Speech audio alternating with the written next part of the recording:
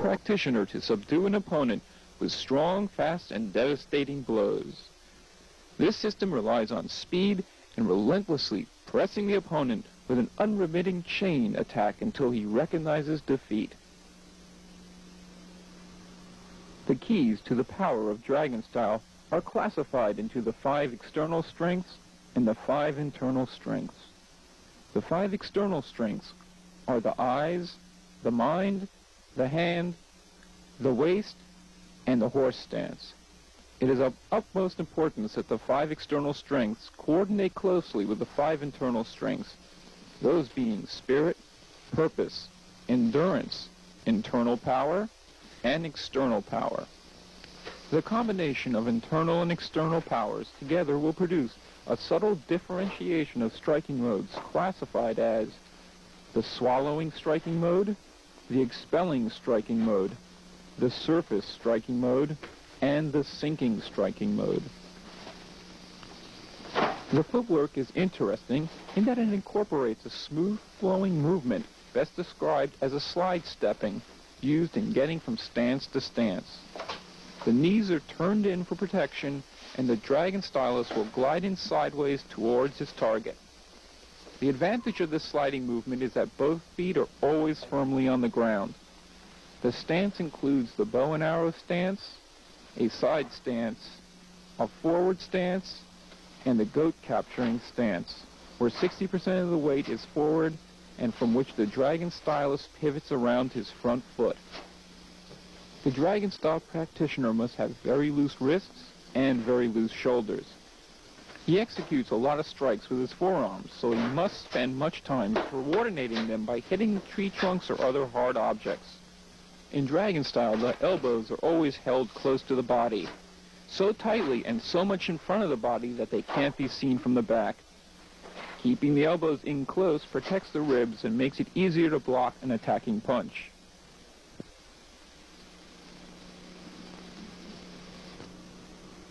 The shoulders are always down and the chest concave to allow for the expulsion of energy while striking the target.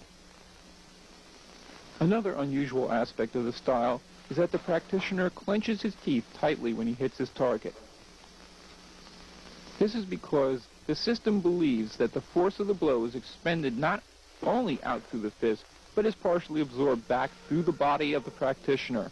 And if the practitioner does not clench his teeth, this force could break blood vessels and damage the nerves to the brain, causing a stroke. By clenching the teeth, he tightens the muscles to his head so the force cannot reach his brain. As far as hand techniques go, the dragon stylus relies on a regular fist to strike with. He doesn't use any specialty fists such as found in other systems of Kung Fu. However, the system is famous for its dragon claw, which is characteristically a grab, a pull, and a strike with the heel of the palm.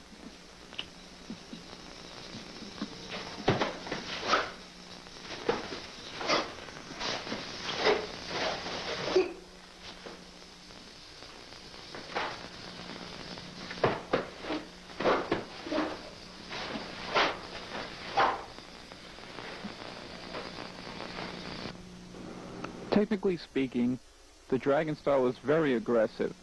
As the enemy retreats, the dragon stylus presses his attack relentlessly, giving the opponent no mercy. The enemy can't kick because the dragon style practitioners jam the legs by moving in too close. The hip action in the advancing movement resembles how the imaginary dragon might move through the sky.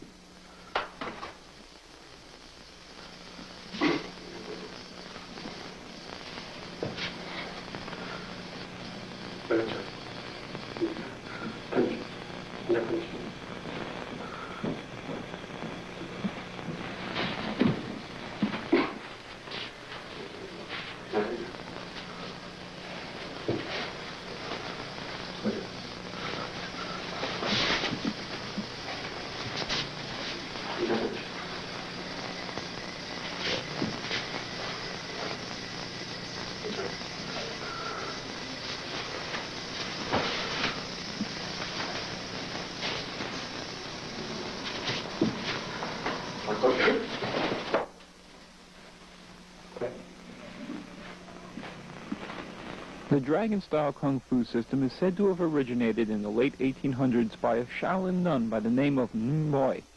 She laid the foundation of dragon style and passed the system on to a Buddhist monk named Tai Yuk, who altered the system to have the essence of the powerful dragon, and who in turn taught these fundamentals to his disciple Lam Yu Kwai, who developed the dragon system further in the late 19th and 20th century. He completed the dragon style, turning it into a complete form of boxing. Grandmaster Lam Yu Kwai passed his knowledge on to his disciple, Cho Sam. Among Cho Sam's students is the master Sifu Yip Wing Hong, who is seen on these tapes. Since the dragon style is taught only by a small number of people in North America, few have seen this rare blend of internal and external powers.